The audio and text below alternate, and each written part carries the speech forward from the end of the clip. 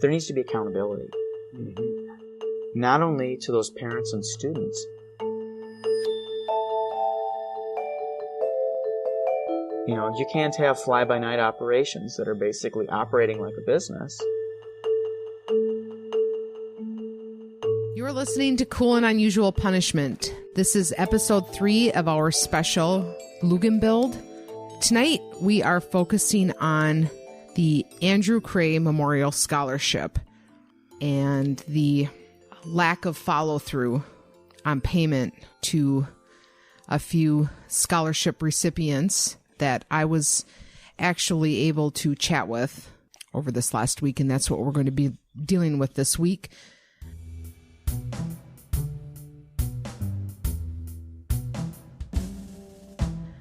Before we get started on that ride, tell us exactly what the Andrew Cray Memorial Scholarship was in relationship to the Luginbilled Children's Foundation. This is from the Luginbilled Children's Foundation website. Founded in December 2016, the Luginbilled Children's Foundation is a nonprofit organization committed to ensuring that every child in the Chippewa Valley grows up in a safe, kind, and loving community. We receive, hold, utilize, administer, and dispense gifts and grants and act without profit as trustee of educational and charitable funds/programs. That is from their website. Can you, before you put that aside, let the listeners know who serves on the board of directors for the Luginbilled Children's Foundation? So the founder is Joe Luginbill. The board of directors is as follows. Anissa Luginbill is the secretary. Joe Luginbill is the president. Teresa Luginbill is the vice president. Dennis Luginbill, Joe's father, is the treasurer. Zachary Luginbill is a non-voting member. And Jenna Luginbill is a board member. And for what it's worth, on the website, they're not coy about that the board is the Luginbill family. There's a photo of them all here. Yes. December 2016 is when the foundation was founded. So in 2017, the Luginbilled Children's Foundation announces the creation of the Andrew Cray Memorial Scholarship. Yeah, the Cray family, if you're from this area, would most certainly be familiar to you because Seymour Cray Sr.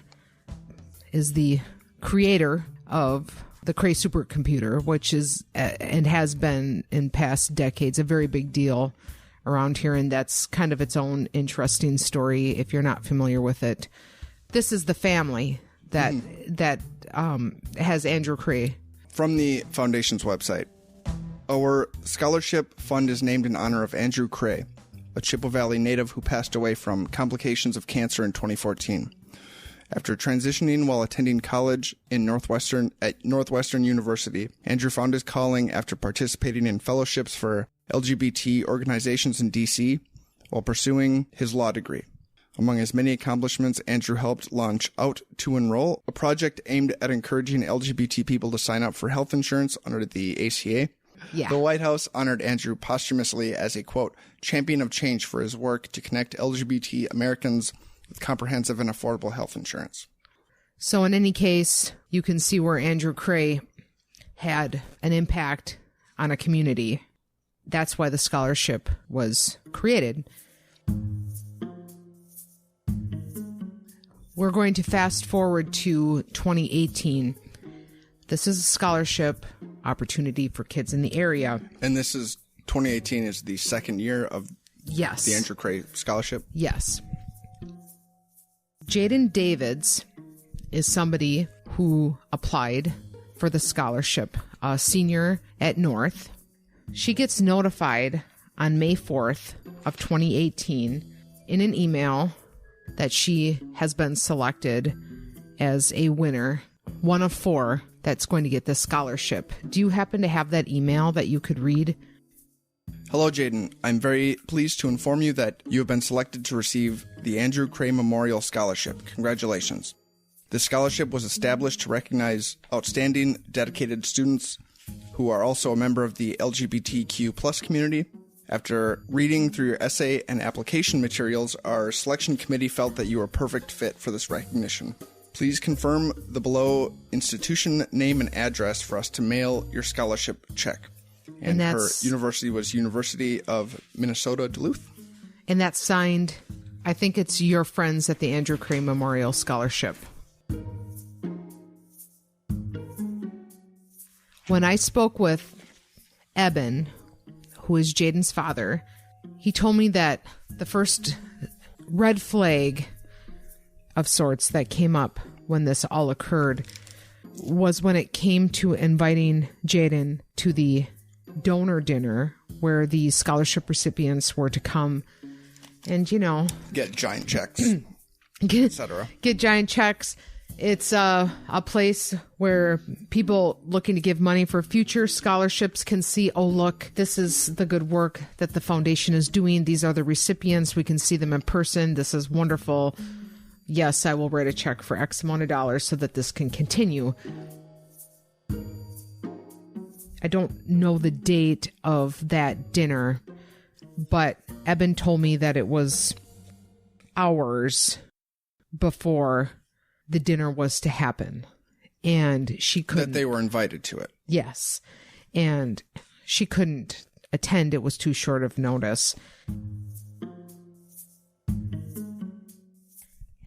There was something about that struck him as just a little bit strange. She applied for the scholarship. Everything is on the up and up at this point with the scholarship. And then it's like an afterthought to invite her to the... Well, fast forward just a couple of weeks. May 31st. Okay. 2018. Jane gets an email from the Andrew Cray Scholarship. A check in the amount of $1,000 has been sent this week to the University of Minnesota Duluth towards your fall semester. The check has been made out from our fiscal agent, Luginbilled Children's Foundation, Incorporated.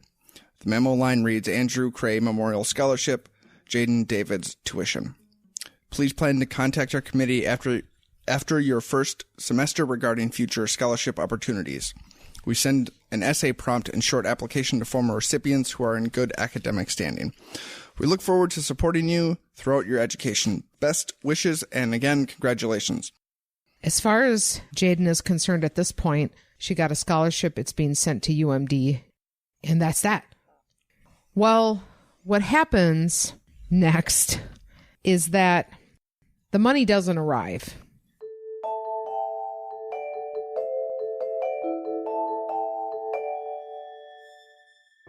Her family, her dad, Eben, takes note and recognizes that $1,000 isn't like $1 million, but still, it was budgeted. You spoke to him, for the record. I did. You're not speculating like this is... Right. Eben is wanting to find out what's going on with my daughter's scholarship money. He calls Joe and leaves a voicemail. He gets a call back, and they speak. Joe's happy to hear from him, and he knows who he is. And then once Eben says, my daughter's scholarship money hasn't been received, what's going on with that? Joe starts to have issues with his phone, and he can't hear him, and the phone call goes dead. So, after that, Eben continues to try and reach Joe on the phone again, leaves him voicemails, and doesn't get an answer back. At some point after this, Eben calls Joe from his office and leaves a pretty generic message, something to the effect of him being interested in the foundation. Whatever he said exactly, he didn't leave his name. And again, Joe responded pretty promptly. The receptionist in the office picked up the phone, and they were trying to figure out who this call belonged to since there hadn't been a name left. Eventually, the call makes its way to Eben, and again, there is no resolution at the end of that phone call. Do you think it was frustrating for him to be a father old enough to have a daughter going to college? To be dodged by some 20-something? Yeah, to have a 25-year-old dipping and dodging over $1,000 check. That's the last time he speaks to Joe Luginbilled.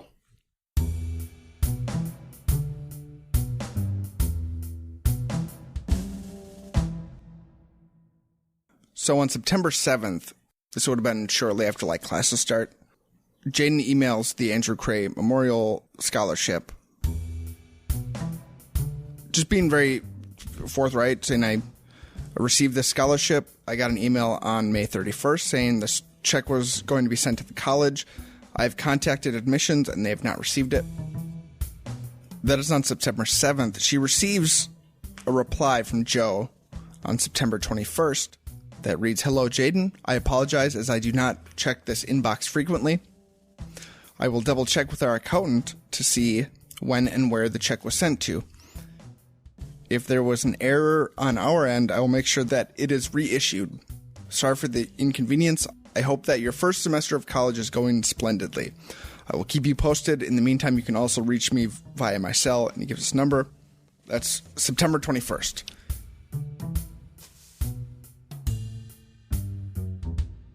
But it's around the same time that Eben is making these phone calls, because it would be at the start of the semesters when it's noticed that this check hasn't arrived, and they're both in good faith wondering what the mix-up was. Yeah. I think it's important to keep mentioning that because they will maintain a level of restraint throughout this that I think is very admirable. They sure do. After his exchanges with Joe, Eben starts reaching out to the foundation, and really at this point, especially reaching out to the Eau Claire Area School District. You might be wondering, why would he reach out to the Eau Claire Area School District? Well, that's because Joe Luginbilled at this time was the president of the Eau Claire, the school board. And so he had an email address there's with the school board. Venn diagram circles that overlap here that I needed you to explain to me. That Joe Luginbilled is managing at least 3 emails, one for the Children's Foundation, one for the Andrew Cray Scholarship, and also his Eau Claire Area School District School Board President email. And Eben is reaching tendrils out to all these places trying to get him to respond. Because he's not getting his phone calls answered or emails responded to. So he emails Joe at his Eau Claire Area School District email and gets no response. For him to be such a prominent part of all these different things and to feel like he's a ghost must be frustrating, to say the least.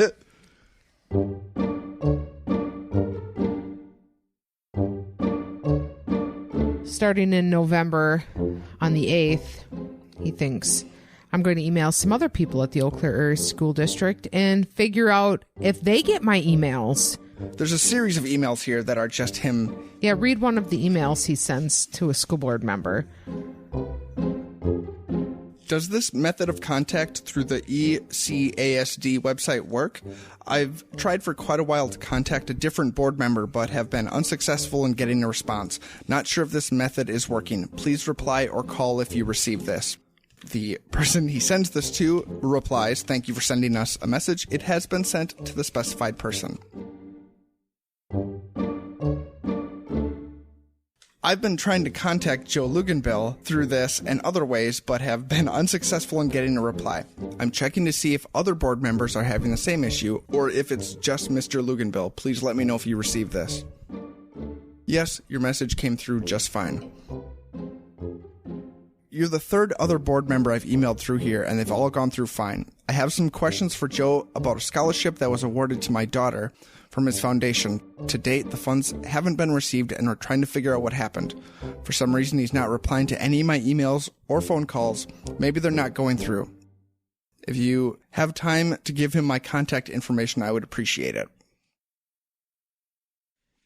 Up until this point, Eben and his daughter are operating in a sort of vacuum of just maybe not being fully aware that anybody else was having problems getting paid. but there is a message on November 29th of 2018. There is another scholarship recipient that indicates to the Davids family that they too are having a problem getting their scholarship money. In addition, what do they say? They also point out that a third person who got the scholarship last year also hasn't gotten her second year one. So this is not just the Davids family having a problem. And it speaks to what I'm sure is the level of confusion and frustration at this point that Jaden and her father are speaking with other scholarship recipients to be like, did you get the check? Yeah. Well, there's a bit of a shift that happens at some point, and Eben takes a closer look at the Luginbilled Children's Foundation website. He starts to read the bylaws for the foundation. And there's a piece in there that's of particular interest to him because of the amount of money his daughter's scholarship check was. Would you mind reading that bylaw? So these were the Luginbilled Children's Foundation bylaws adopted in 2016 under Section 5. This is describing different roles in the foundation. Section 5 deals with the treasurer. Section 5C reads, quote, he/she shall also sign all checks, drafts, notes, and orders for the payment of money, which shall be duly authorized by the board of directors and shall be countersigned by another authorized individual when exceeding the amount of $500. Eben reads that, sees that his daughter's check is certainly over $500. Eben finds this in the bylaws, decides the treasurer is the person he needs to take this up with because he's not getting in touch with Joe. So he reaches out to the treasurer, who happens to be Dennis Luginbill, Joe Luginbill's father.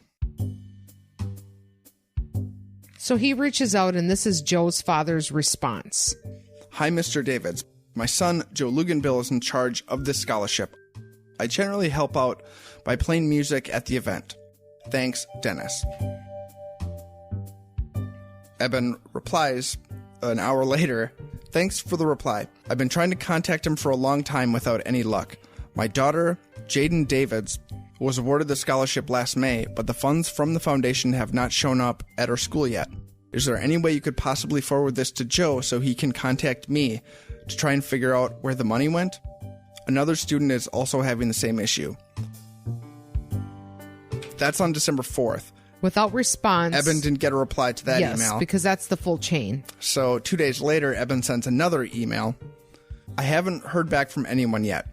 As the treasurer of the foundation, could you possibly get back to me regarding the status of a scholarship check? My daughter, Jaden Davids, received an email back in May saying it was sent to her school, but the school has yet to see it. Any information would be greatly appreciated. I think I'm just taking a short detour from what I had mapped out. Mm-hmm. Because on January 28th of 2020, Teresa and Dennis, Joe Luginbill's parents, release a statement after the shit hits the fan in Eau Claire with the State Theater Project giving the boot to an organization that is renting there, not paying the bills. His parents make this statement. In recent months, we became worried that Joe had taken on too many things. His passion to support children in need, to advocate for better living conditions for young adults, to fight for a fairer and more just society for the LGBTQ plus community had become unsustainable. As the months slipped by, and now in hindsight, it is clearer he was withdrawing in the face of being overwhelmed. Unfortunately, Joe was not communicating these challenges with his closest friends, his work and professional colleagues, or his family. Many were blindsided. I just want to read that because I think it's important to understand that on December 4th of 2018, Dennis Luginbill was made aware that his son was not paying a scholarship. To see a statement in 2020 that they were blindsided. He's also been made aware that other recipients of the scholarship have not received money.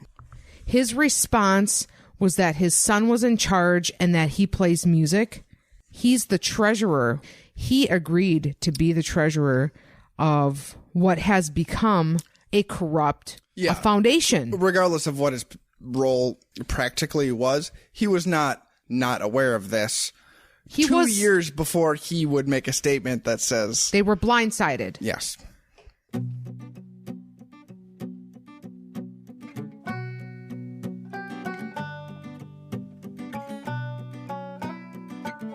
After that happens, Eben, bless his heart, continues to email the Eau Claire Area School District on December 5th, on December 11th of 2018. Really, at this point, I'm sure it's very much a principled thing you've got going on. I'm going to make sure the email's not the problem. I'm going to look at the bylaws. I'm going to make sure I'm talking to like he's very systematically going through and eliminating any possibility, and he's doing it with an incredible amount of polite restraint. Yes. At some point in these conversations with the Eau Claire Area School District, there is somebody, I don't have the name of who that is, indicates to him something to the effect of, wow, this is nuts. You know, we are not going to encourage students to apply for this scholarship next year. If this is such a challenge for students to get the money, we don't want to make this an option for students in the future, so we're just not going to advertise it. That is echoed to me both by Eben, who tells me that, and to the second scholarship recipient, which will make sense to you why that was the case when we get to her story. Now, it is. Go maybe ahead. If you're gonna say no, it, then go ahead. It is notable that he's told that because I imagine this happens in the world of scholarships, where he might be told, this scholarship foundation you're dealing with, it sounds really bad. We're not going to offer this to other students just because it looks like this is more of a headache than it's worth. The foundation that person is referring to is not a unknown third party. It is the one that's run by the president of the school board in Eau Claire. In Eau Claire, okay. And the band plays on.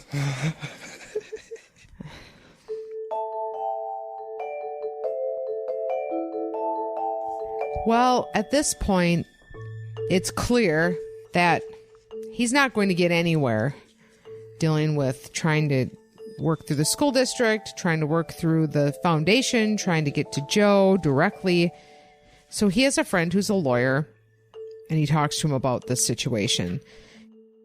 Thankfully, this lawyer agrees to just help him out as a friend.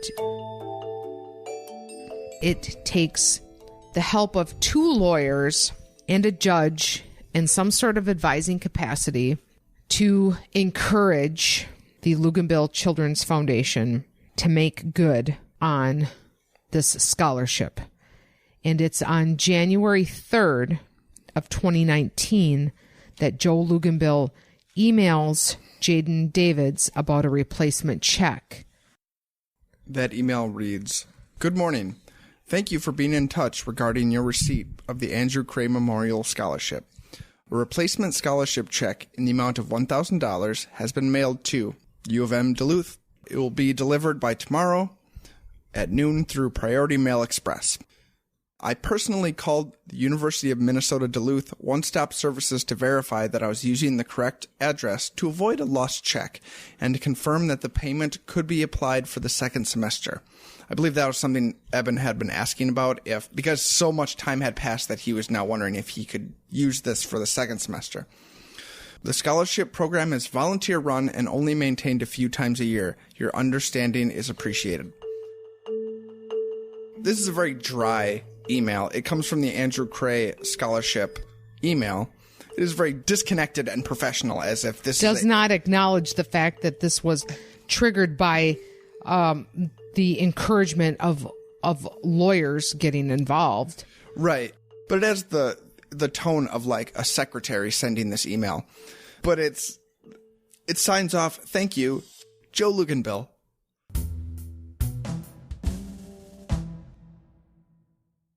The check arrives. She gets the check. That's the end of that.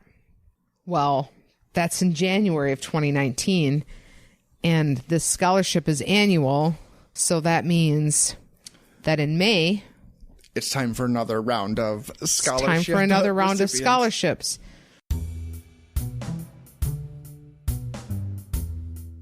Emily Otto is a senior at North High School in 2019. May 10th, she gets a Facebook message from Joe Luginbilled. It starts with Joe Luginbilled waving, the Facebook Messenger wave, which is... I've never seen it deployed in a way that's not a red flag. He then says, "Hi, Emily. Hope you are doing well. I sent an email to your school account, but am not sure if it reached you. What are your plans for this evening?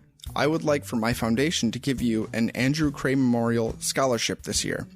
This is a scholarship that goes to LGBTQ students who are proven leaders in their school and community. We are having a scholarship reception this evening from 5:30 until 7 p.m. at the State Theater, and I would love for you to come if you are able." What time was that sent at? 1:42 p.m. About 3 hours before the reception. She's unable to come because she's en route to go visit her girlfriend at UMD.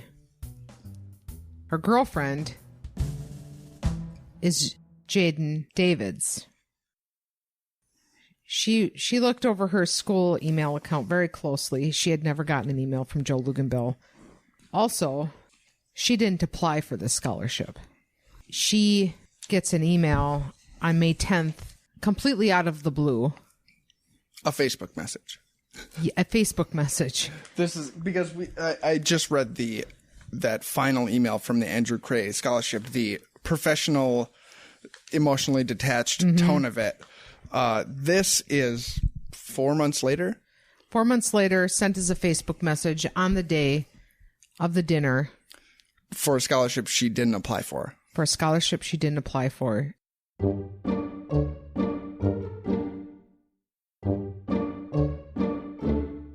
She indicated to me that she had understood it to be not something that was being offered anymore, or advertised because of what had happened. She was familiar with the problems because her girlfriend is Jaden Davids. She just got chosen randomly from North High School, the only recipient in 2019. Getting a scholarship you didn't apply to would be unusual already, but one that's specifically for LGBTQ members, it seems very personal thing to offer in a Facebook message to somebody who didn't ask for it. You would need to know a little something about the person before you'd be able to offer it. Right. So she replies, "Hi, I would be more than happy to accept. However, I'm actually on my way to UMD right now and won't be back in time for the dinner. Would I still be eligible to receive it if I cannot make the dinner?" Joe replies, "No worries. You will still be a recipient this year. The scholarship amount is $1,000. I will get the check to you next week. It will be made out to UM Duluth." And on top of that, he asks her to make a short video. If you could read that request. "Would you mind sending a 1-minute phone video saying thank you, what you plan to do during/after college, and anything about LGBT representation? I can put it on the screen for the event tonight." Not only does she not apply, does he need to know something about her life in order to give her the scholarship, but he also knows where she's going to school. I only know that it might be assumed she might be going to UMD because that's where her girlfriend goes to school. She says, "Yes, I will. I will do it when I can. I was also wondering where I can pick up the check next week.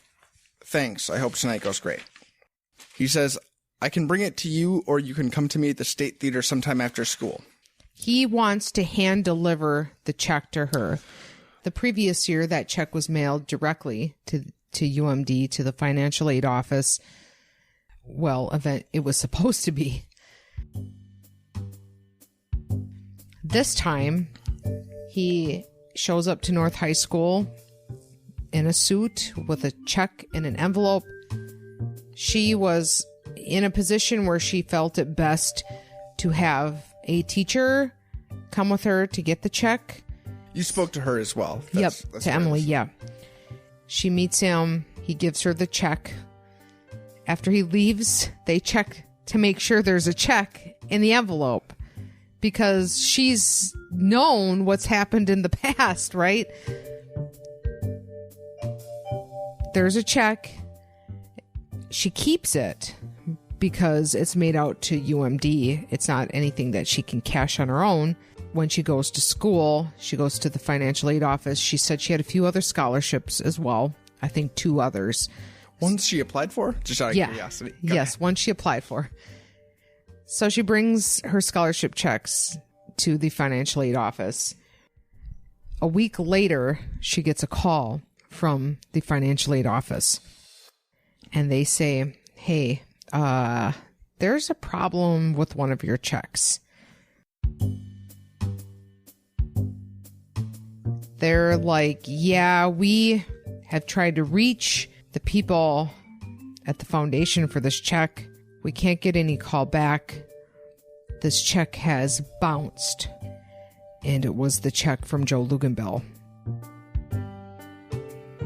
They told her quite reassuringly, and as people with great experience. These are bureaucrats in the financial office system of UMD. Yeah.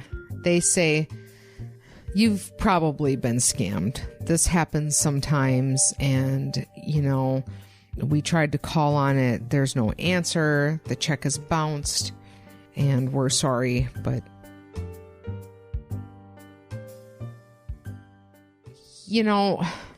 Emily told me that she was very emotional when she got this news. It was shocking, and especially considering the history of her girlfriend having a great deal of difficulty getting her check in the first place, even having physically a check, knowing that Joe certainly must have known that these 2 young women were dating. Also, there's the larger issue of a foundation, which has gotten quite a bit of press, had quite a bit of fundraisers. They don't have $1,000 to cover her check.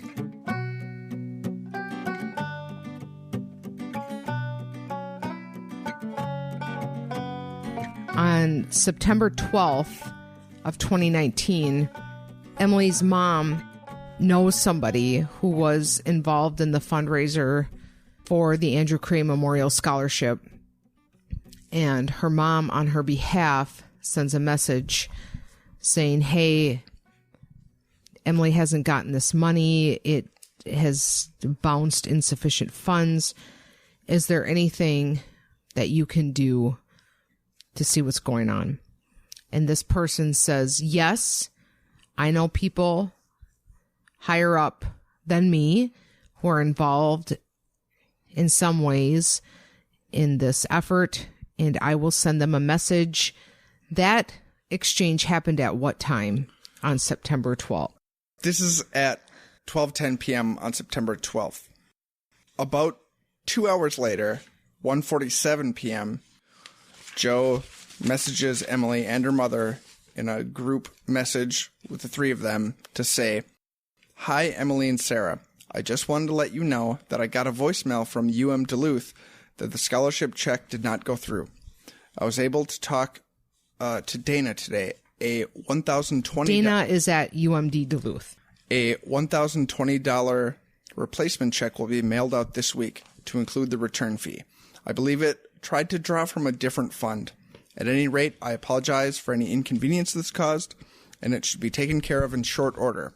Thanks again, and Emily, I hope your first classes have gone well.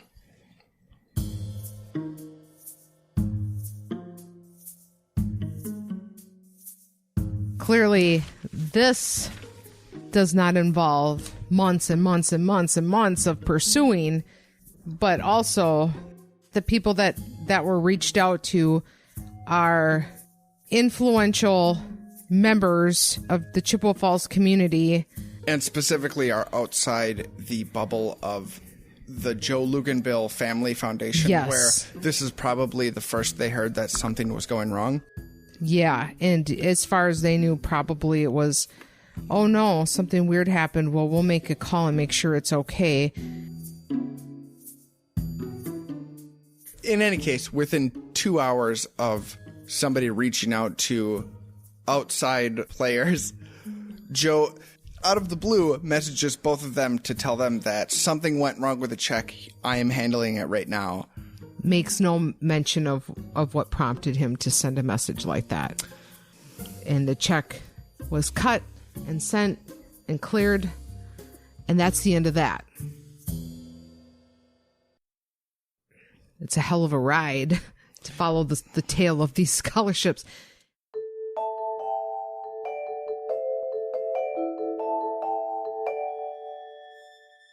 We must remember that these are not the only people who had struggles with scholarships. These are the people we talk to.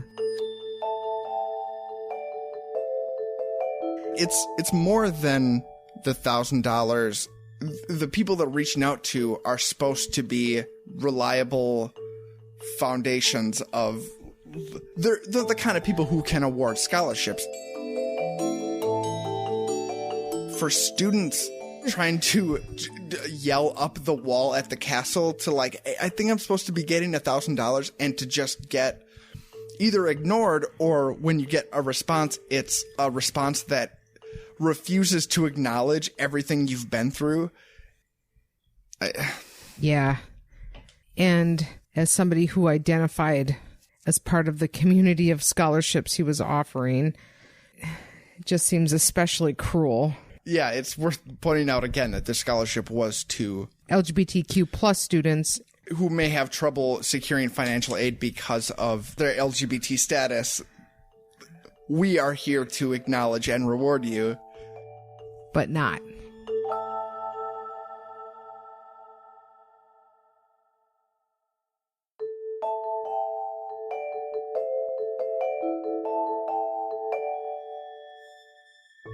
Luginbilled is presented by Cool and Unusual Punishment. Research and fact-checking by me, Jody Arnold. This episode was edited and mixed by Tyler Haas. Music by Rick Dickard, Harley Poe, and AG Music. Special thanks this week to Jaden Eben Davids and Emily Otto for speaking with us. Our website, where you can listen to past episodes and find links to the material and documents we referenced, is coolandunusualpunishment.com.